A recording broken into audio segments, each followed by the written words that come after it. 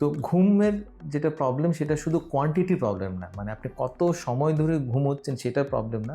Definitely সেটা একটা problem, আপনার এডুকেট টাইম দিতে হবে ঘুমে, 7-8 ঘন্টা ঘুমোতে হবে, কিন্তু সেটার সঙ্গে কোয়ালিটিরও ইস্যু আছে ঘুমে। ঘুম বেসিক্যালি একটা থাকে ডিপ ঘুম, একটা হচ্ছে ডিপ না, যেটা আমরা বলি এনআরইএম স্লিপ বা রেম স্লিপ। তো ডিপ ঘুমের আমরা অনেক হেলথ বেনিফিট আছে। তো ডিপ ঘুম বেসিক্যালি কী করে, আমাদের যে ব্রেইন অ্যাক্টিভিটি, ব্রেইনকে রিকভার করতে সাহায্য করছে। পুরো দিনে আমাদের ব্রেইন ফ্যাটিগ হয়, রাত্রিবেলা যদি আমাদের ডিপ ঘুম ভালো হয় তাহলে আমাদের ব্রেইন রিকভার হয়।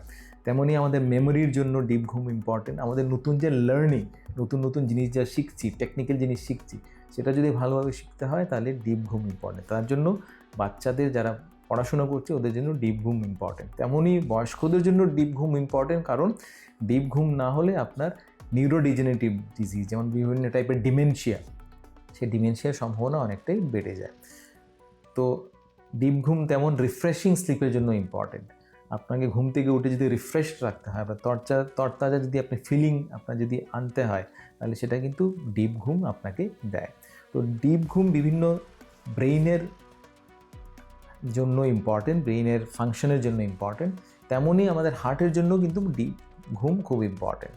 কারণ গাঢ় ঘুম না হলে, ডিপ স্লিপ না হলে, ডিপ স্লিপ কী করছে, আপনার যখন ডিপ স্লিপে আপনার পালস রেট কমে যায়, আপনার ব্লাড প্রেশার কমে যায়, তো সেটা হার্টকে প্রোটেকশন দেয়। তেমনই গাঢ় ঘুম বা ডিপ স্লিপ আপনার ইমিউনিটিকে বাড়িয়ে দেয়, আপনার গ্রোথ হরমোন সিক্রেশন বাড়ায়।